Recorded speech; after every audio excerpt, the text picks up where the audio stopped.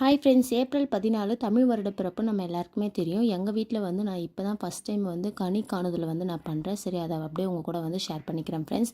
மா பலா வாழை வந்து முக்கனி வந்து முக்கியமாக வைக்கணுன்ட்டு அதை வச்சுருக்கேன். அது இல்லாமல் வந்து ஒரு கண்ணாடி வந்து நம்ம ஃபுல்லாக தெரிகிற மாதிரி கண்ணாடி வச்சுட்டு நம்மளால் முடிஞ்சது என்னெல்லாம் வைக்கணுமோ ஒரு எலுமிச்சம்பழம் முக்கியமாக வைக்கணும். அதுக்கப்புறம் வந்து அம்மனுக்கு தேவையானது வளையல், மஞ்சள், குங்குமம், தாலிக்கயிறு, வெத்தலைப்பாக்கு, மஞ்சள் நிறத்தில் பூ இருந்தால் வைக்கலாம். அப்படி இல்லைனா வந்து வாசனை நிறைந்த பூ ஏதாச்சும் வைக்கலாம். எனக்கு வந்து மல்லிப்பூ தான் கிடச்சிது. ஸோ அதனால் வந்து நான் மல்லி தான் வச்சுருக்கேனே. உங்ககிட்ட வெள்ளி கொலுசு, வெள்ளி மோதிரம் அந்த மாதிரி ஏதாச்சும் இருந்தனா கூட வைக்கலாம். அப்படி இல்லைனா வந்து தங்க மோதிரம், தங்க செயின் அந்த மாதிரி ஏதாச்சும் இருந்துச்சுன்னா வைக்கலாம்.